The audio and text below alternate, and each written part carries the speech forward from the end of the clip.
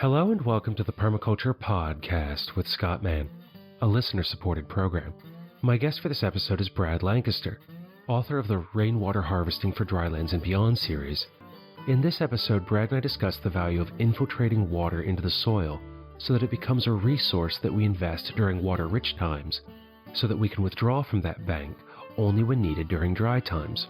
As Brad's work includes more than just drylands, the conversation also includes ideas for storing water in water-rich areas.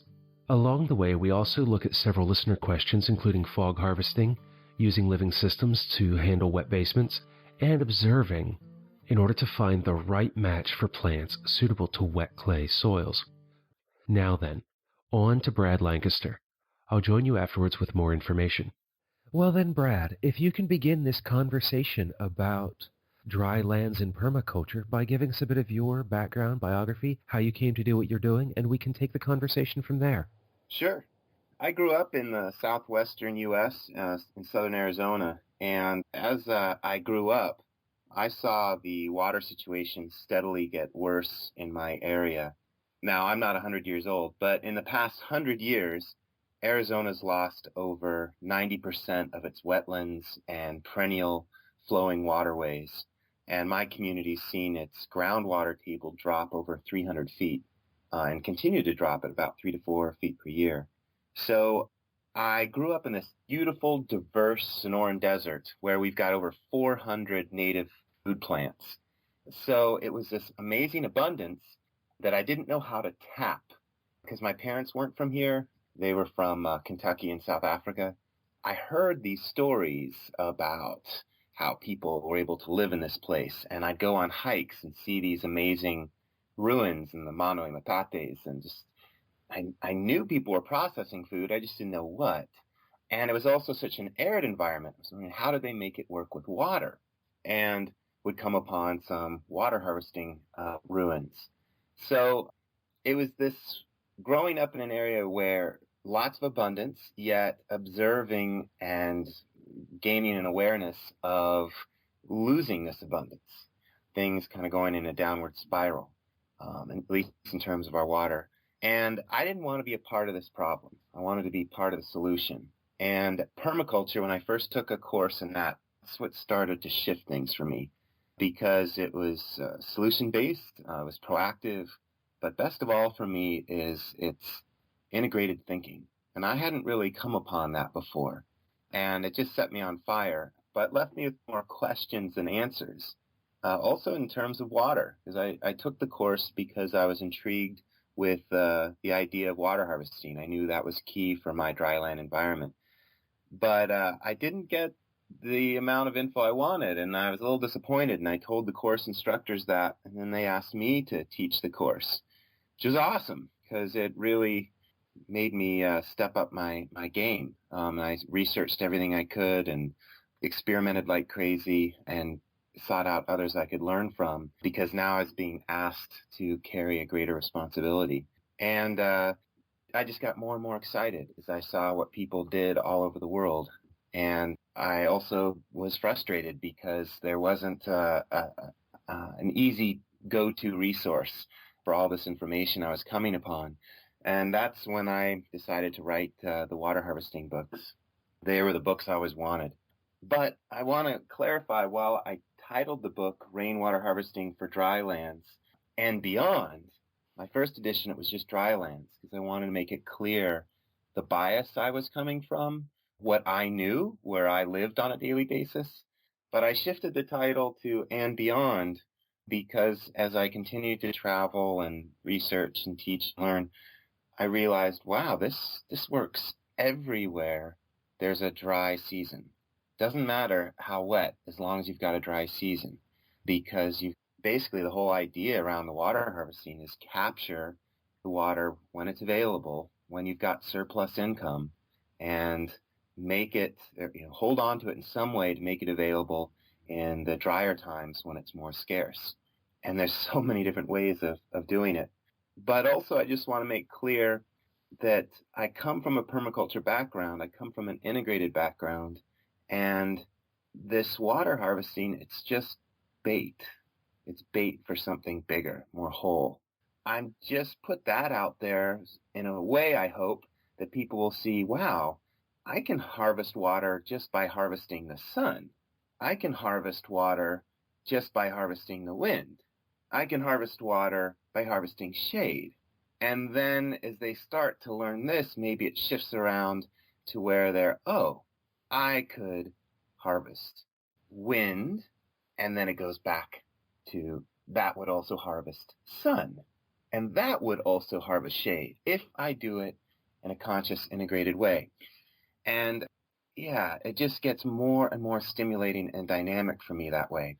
So if people pick up my books, particularly the new second edition, they will be getting a lot of tools for harvesting sun, wind, and shade as well as water. Because again, the water was just the bait to start to go for something greater. So I did not start off studying water in college. I studied anthropology, Spanish, and humanities, and I came to all this after college, and have just been continuing ever since. And it just gets funner and funner as I learn more and play with more and live with more, even as things get more challenging. I love the way that the stories go because my background long, long ago in a lifetime far away was in anthropology and sociology before I became a computer scientist and left that field to become a permaculturist. And when did you take your first PDC?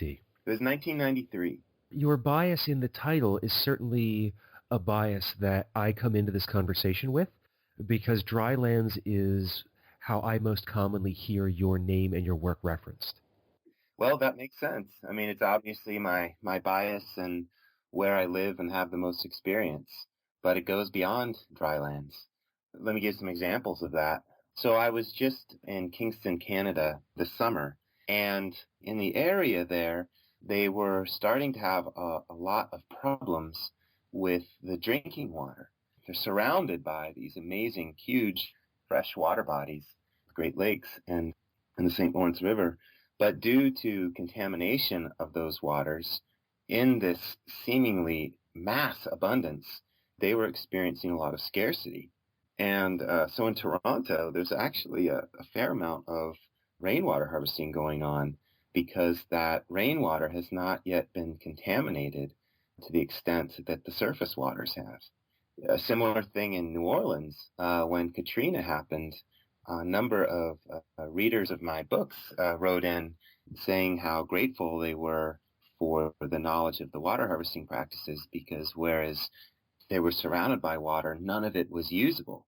Not just drinking, but they couldn't even irrigate it with it. It was so contaminated. But by capturing the rainwater, they were able to do all right.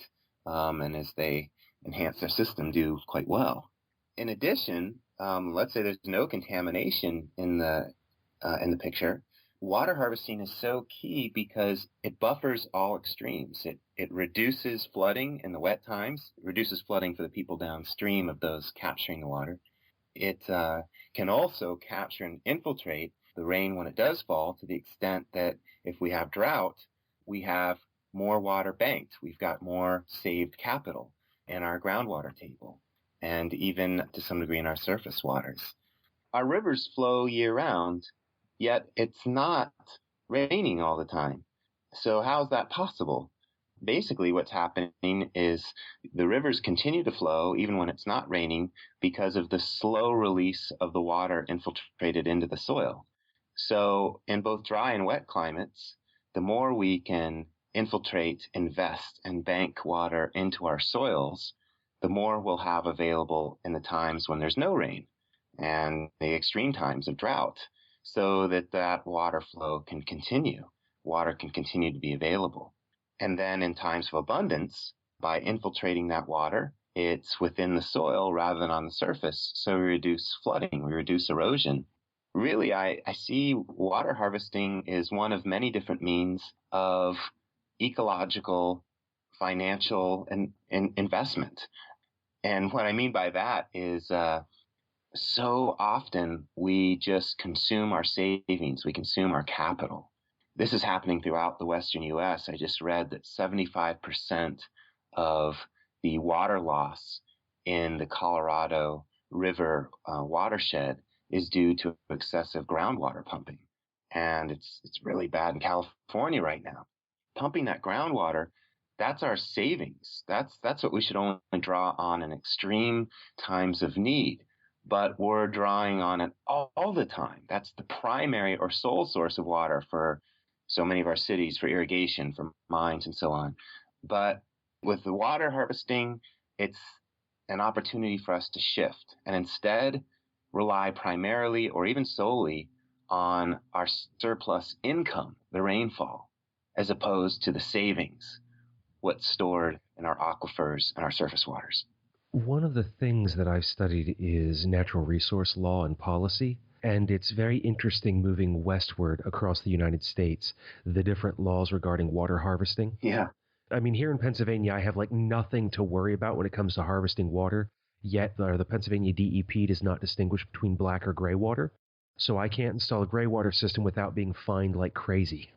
Do you encounter many of those kinds of law and policy issues when it comes to rainwater harvesting? Yeah, they're everywhere. And basically, what I oftentimes tell people is, okay, the human laws, they shift and they change. And we need to be aware of them. We need to work with them. But the main laws we should be paying attention to is natural law. So regardless of how the authorities look at gray water or black water, we need to understand the characteristics, the patterns of gray water and black water and how different.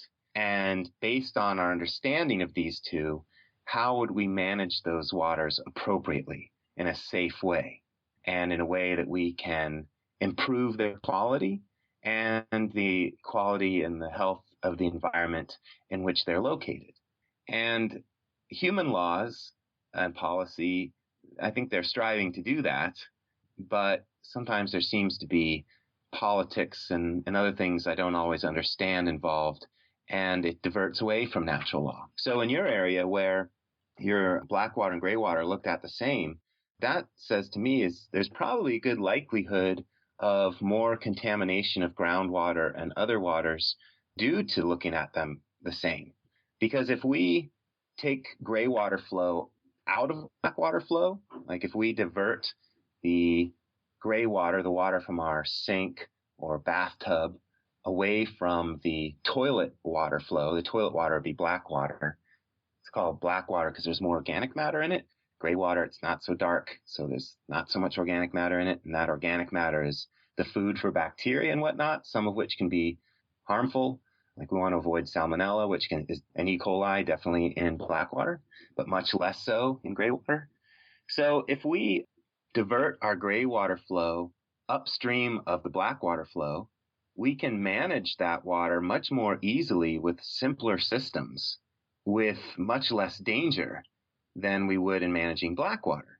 Something David Eisenberg from the Development Center for Appropriate Technology, a question he asked me, which I just loved, and now I incorporate in all my gray water talks, is it's a question: what is the most dangerous thing we can do with gray water? And the answer to that is turn it into black water, because black water is so much more difficult to manage. And when gray water harvesting code requires us to store gray water in a tank, it turns into black water. So there's an example of human law that is not in balance or alignment with natural law. And thankfully, that such laws are starting to change. That used to be the case in Arizona, that you had to store your gray water in a tank. No longer. In 2001, the law changed. New Mexico followed suit, Western Texas, California. So many are following Arizona's lead now, which has been great. So we're starting to get the human laws back in alignment with natural law. And I'll give an example with rainwater harvesting. In Colorado, it was illegal to harvest rainwater in a tank, rainwater from your roof. This was the human law. But some great folks, including Bjorn Courtney, an engineer there, decided to look and see, well, is there any validity to this policy? And they found that by doing a lot of test plots on an undeveloped plot of land that still had its native vegetation and all, in Douglas County outside Denver, in a year of rain, average rain, they would not lose more than 3% of the rain falling on the site to runoff. And the reason there was a law in Colorado saying you could not harvest rainwater on your own site in a tank is that it was believed you would be robbing water from those downstream that are currently dependent on that runoff water. But what Bjorn Courtney and others showed is you're not stealing any water because just 3% in an average year runs off anyway under natural conditions. And only in the most extreme years would you lose as much as 15% of the rainfall to runoff. That would be in a year of biblical rain. So they took this to the legislature, and by showing the scientific data, the law was changed, at least for some. It needs to change more.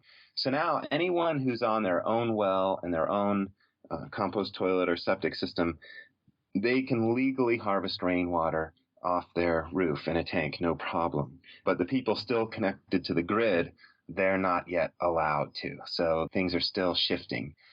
Because what Bjorn showed is when we build on a site and create a roof or other hard surface, we then generate more runoff than existed in pre-development conditions. And we should have the right to capture that runoff that we created, because it didn't exist before to the extent that it will after paving. Thank you for taking my mention of black water and gray water and running with that. It was interesting for me when I was having the conversation with members of the DEP, because the people who had come through their education and training later were more inclined to want to change those rules and regulations as opposed to the folks who had been in that position longer. And it gives me some hope that those things will change over time. Yeah, this is just why I love the cycle of life and mortality. It helps us evolve. Even better if those of us getting on in years are able to evolve and take on new ideas. And many of us do, but even if we can't, it's fine, because we'll decompose in the not too distant future and release our nutrients for those to follow to go further. One of my geology professors, he's like, look, guys, when I started teaching this, there were no plate tectonics. That was just a new idea that we all laughed at. And now look where we are. Exactly. And one thing, if maybe I could, it feels to me we're on this idea of evolution here. And I've been doing some workshops and all with the Regenesis group in Santa Fe. And what's been wonderful is how much work they're doing around the idea of regeneration and how important it is that we continue to regenerate our enthusiasm, our will, our passion in what we're doing, and also regenerate what we're doing. Not in a way that we just continue to do what we've always done, but to do so in a way that we're continually evolving, so things continue to stay fresh for ourselves. We build on what we've already done, but we don't limit ourselves to stay there. We can evolve to new levels, new understandings and abilities. And I was finding recently here in southern Arizona, we're in very severe drought. And for the third year now, it looks like we're going to only get about half our normal rainfall. We also find we're hotter than normal, so we're losing what little water we got even quicker to evaporation. That's the crazy thing about a warming climate, is water becomes more volatile. It leaves more quickly. So I was depressed because I was seeing all over southern Arizona massive tree die-off as trees were getting stressed, and in the city. And I was even noticing dieback here at our own site. And I don't know why I finally snapped out of it, but thank goodness I did. I think the reason I snapped out of it is I just thought I shifted from being depressed about the situation to looking at it and going, okay, what can I learn from this? Why are these plants that are dying back? Why are they dying back but others aren't? And how can I build on the successes of those plants, those life forms that are still doing well? And I realized with a number of those that had dieback, they were borderline plants. They were plants that They were exotics that we brought in. They were more water needy, less heat tolerant. And instead of just being depressed by their setbacks, instead realized, oh, well, this is an awesome opportunity to start experimenting with succession plants. And as all the reports I've read say, we're going to become much hotter and much drier than we are now with climate change. It's like, okay, well, let's get proactive on this and let's start seeing and developing more ideal plant palettes.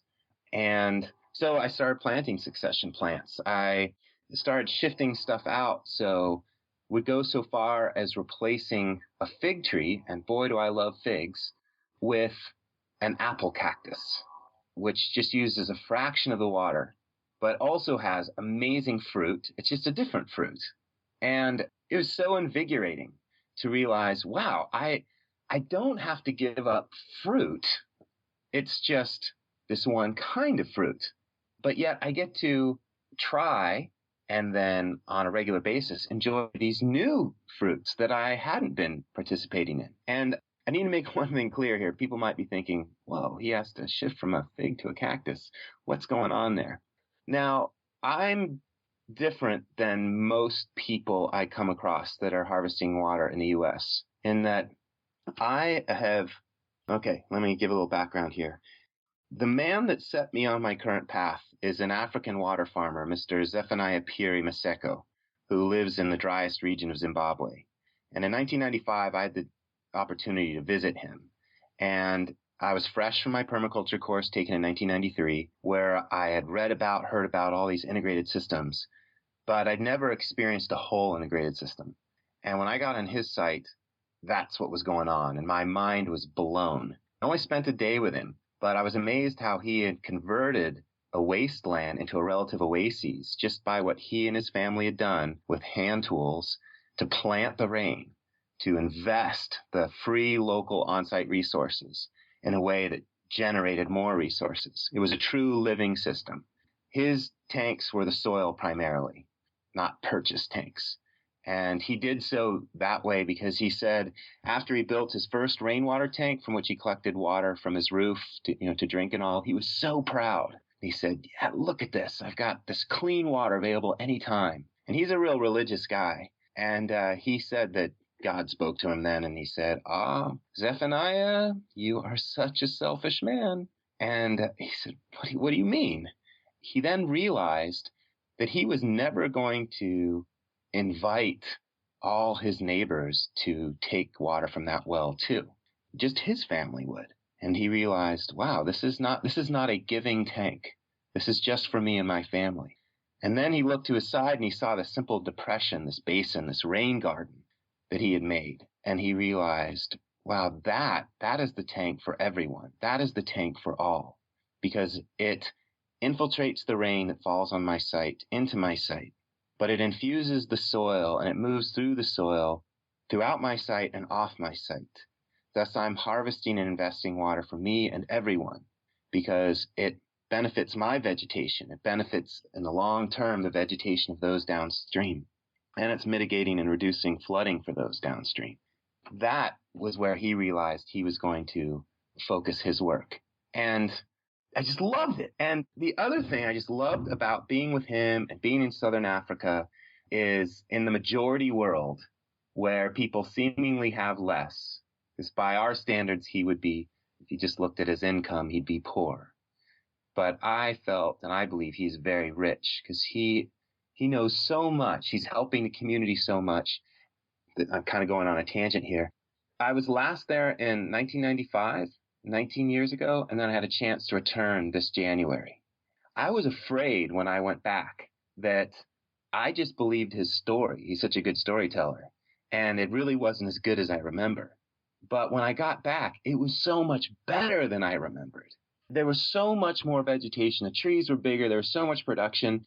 There was water seeping out of the soil everywhere. People were telling me that zebra were coming in to visit the site, and no one had seen zebra in decades in the area. And it reeked of rotting fruit because he and his family and neighbors couldn't keep up with the harvest. It was just phenomenal. And he had evolved his systems and done so much more since I was last there. And he's now in his late 80s. He's blind in one eye, deaf in one ear, hard to get around, but whip smart as ever and just incredible. So back to where I started here of how I'm different or might seem odd from some harvesting water in the U.S. I feel Mr. Peary's challenge was his greatest strength. He had no choice but to live within the limitation of his on-site water budget. He could not afford, nor did he have access to a deep groundwater table. So the only groundwater he can access is that which he accesses with shallow hand-dug wells. And he raises those groundwater tables, raises them with the rainwater he harvests. And he can't call in a water truck. He can't rely on municipal water. It doesn't exist. So when I came home, because of the challenge he set forth for me, one thing I tell people a lot is I told him how bad the water situation was in my area and how I wanted to leave. And he said, you can't leave. You got to go back and you have to set your roots deeper than you ever thought possible. Because if you run from your problems, if you run from this depleting water situation, you're just going to plant problems everywhere you go. So you have to go back and figure out solutions. And then if you're able to do that, if you ever leave, you have the ability to plant solutions as opposed to problems. So I came back striving to do just that, but I gave myself the challenge that I wanted to live within the limitations of my on-site water budget here in the middle of the city on just an eighth of an acre. So I don't allow myself to use city water, even though it's available, on the majority of our plantings. I don't allow city water into my house. I only use rainwater. And if I'm going to plant a more water-needy fruit tree, an exotic fruit tree, I have to plant both rain and gray water before I plant the tree. We typically do the reverse. You plant the tree and then figure out the water later. But with this system, you can't. So I'm limiting myself to working within the limitations of my on-site free resources. But that limitation, I found, has become this amazing leverage bar because it forces me to get creative where I otherwise wouldn't, to make it work within that constraint. And it's been awesome. And so the constraint that I was presented with our drought and this die-off, it was an opportunity to remember, oh, wait, what was this challenge I gave for myself? Let's do it again. Let's start shifting the palette.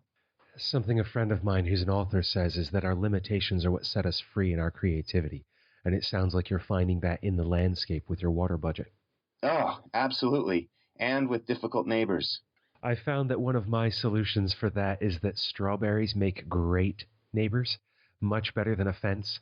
Yeah, absolutely. I had one neighbor who was verbally attacking me in public and on the neighborhood listserv, and many others in the neighborhood. So I decided to make some mesquite brownies. They're made from the native mesquite tree that I've been planting with neighbors along our streets and irrigating with street runoff. So I made him these brownies and gave it to him for the holidays. He answered the door. He's like, well, what the hell's this? And I said, I just really appreciate that you're part of my community. You're one of my neighbors, and I wanted to share this with you. And he totally broke down crying. He said no one had ever done anything like that for him in the neighborhood. Ever since then, he's been my greatest ally. One of my ongoing mantras is just the idea that kindness costs me nothing. And it's a lot easier to sleep when you act with kindness as opposed to reactive anger or whatnot. We've only got a little bit of time left, and before I get to your final thoughts for the audience, I was wondering if you could if you would take 2 listener questions. Sure. The first question for you is from Ariel, and she asks, what do you have to say about fog harvesting and coastal areas blanketed by fog for part of the year?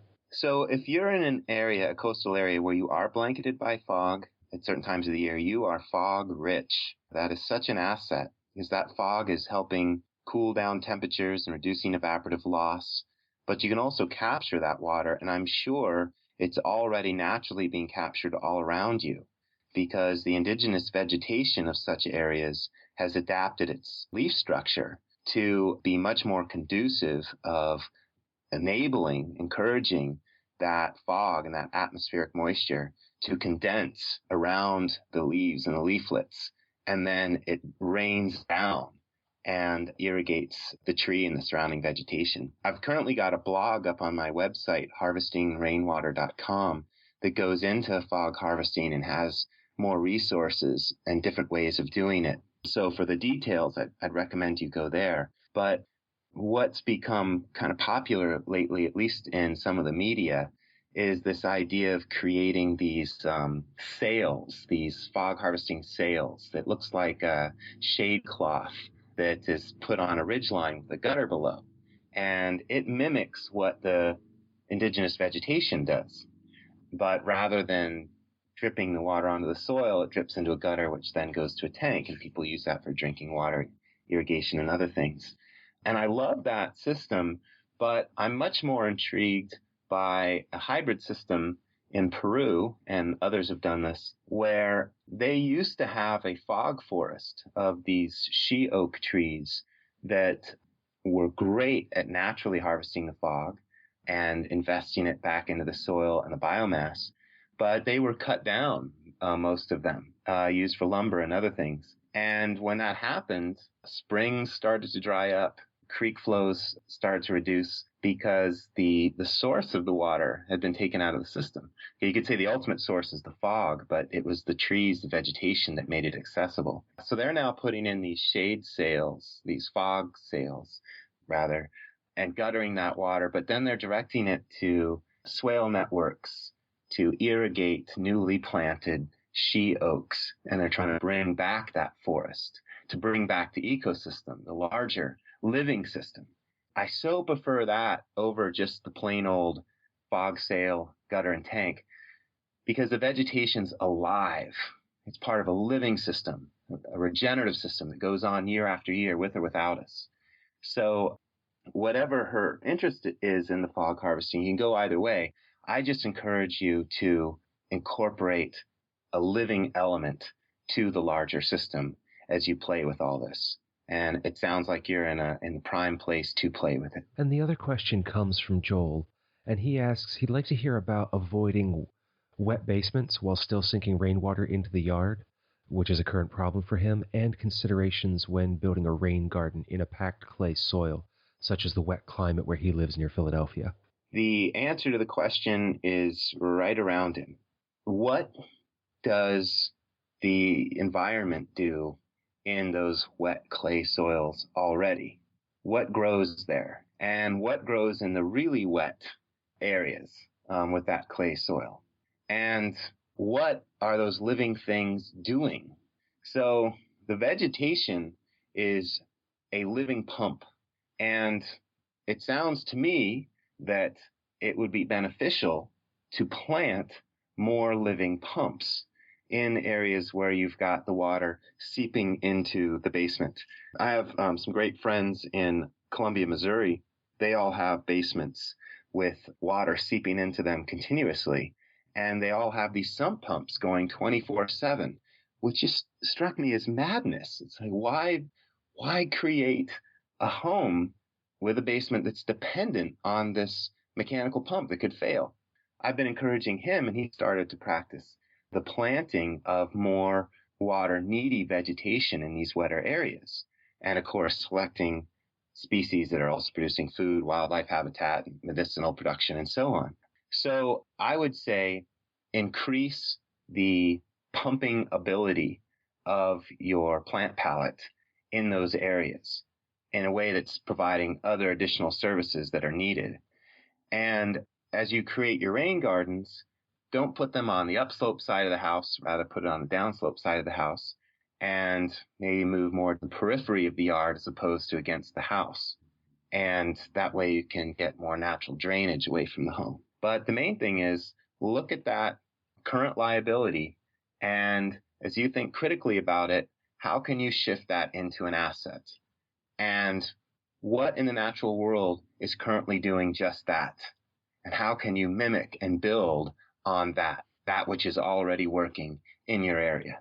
With a similar issue on the space that I work with, I have planted willows to help reduce some of those wet spots in the yard, and it's been very, very productive for building biomass and capturing carbon, producing an area of wildlife habitat, and really helping to reduce that standing water. Yeah, and as you mentioned, generating that biomass, you're creating more of a sponge. So not only is the plant uptaking water, but as it creates more organic matter and more of that's added to the soil becomes more porous in heavy, wet times.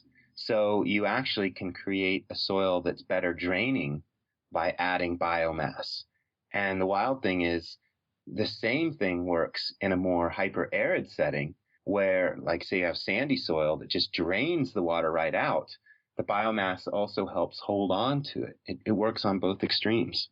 I love natural and living systems. They do so many things, and all we have to do is be a part of it. Yeah, as we should. As I was reminded last night as the power was out because of a storm, I felt very much like an animal again. It gets dark, my children get sleepy, we go to bed. And you get such an amazing light show from the stars just before going to bed to infuse your dreams with good things. It's a beautiful life the more that this path is explored for me and the others that I know who are on it. And I thank you for being a part of this journey, both for myself in this interview and for the others who you've touched through your work and who will hear from you in this conversation. Do you have any final thoughts for the listeners? Sure. As I mentioned at the beginning, the water harvesting, it's just bait. It's bait to entice you, to invite you into looking at your free on-site resources. And that resources probably isn't the best word, because the way we typically use that is it's something that we take advantage of.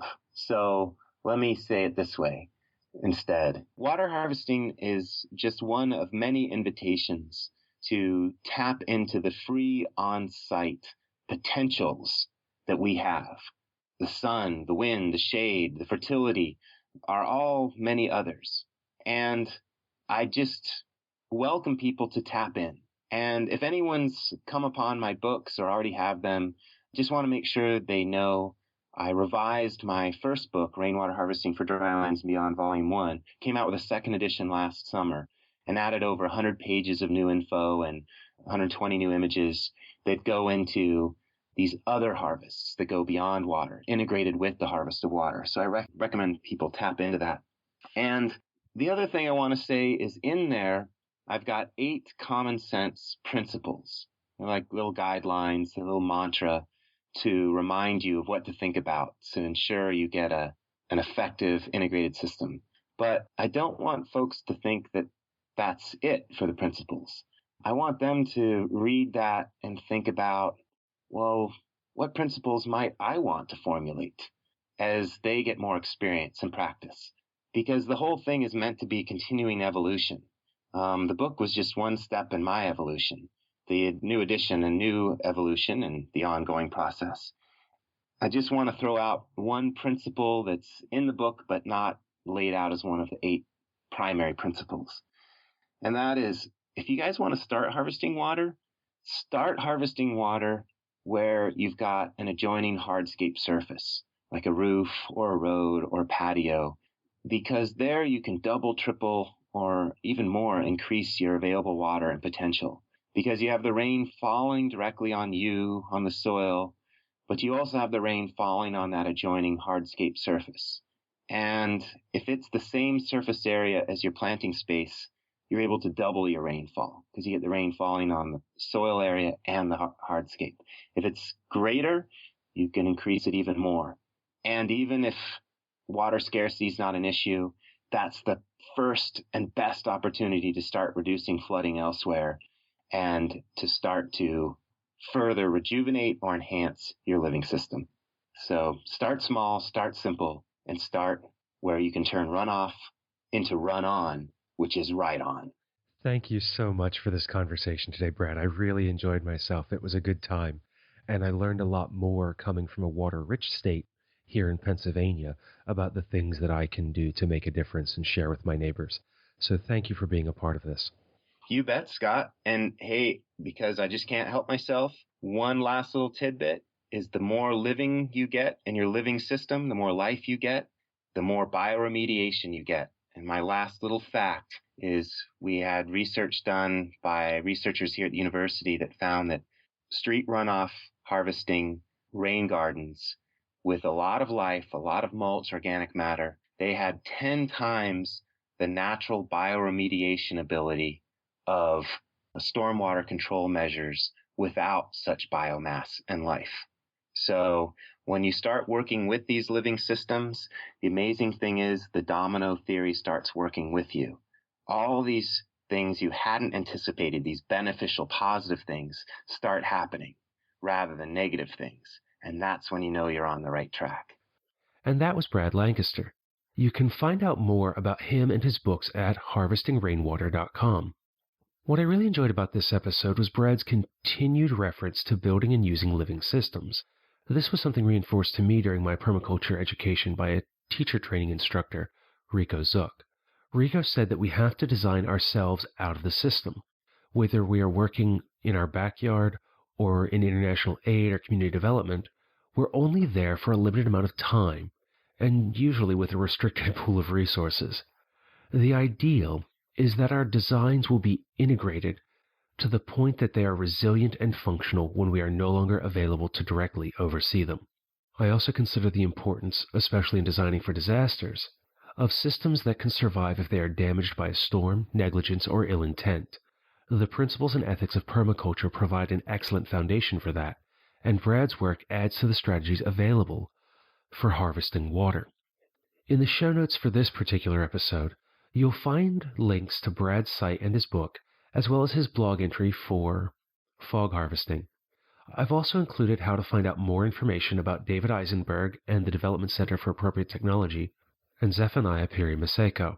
I know I've referenced it before, but when thinking about water, I come back to the saying from the disaster preparedness community that we can survive 3 minutes without air, 3 hours without shelter, 3 days without water, and 3 weeks without food. Water is vital to our health and well-being and our ability to grow food. If we are going to create a regenerative civilization around sustaining systems, then we need to ensure the availability of clean water wherever we wish to live. We need to harvest water. Save it when we have a surplus, so we can use it when we have a deficit. That way we can borrow from ourselves, rather than having to pump that water and go into debt to future generations. Until the next time, create a better world each day by taking care of Earth, yourself, and each other. The Permaculture Podcast is a production of Permaneo Group. Find out more about the Permaculture Podcast, including the extensive archives, by visiting our website, thepermaculturepodcast.com. Learn more about Permaneo Group and other projects at permaneogroup.com.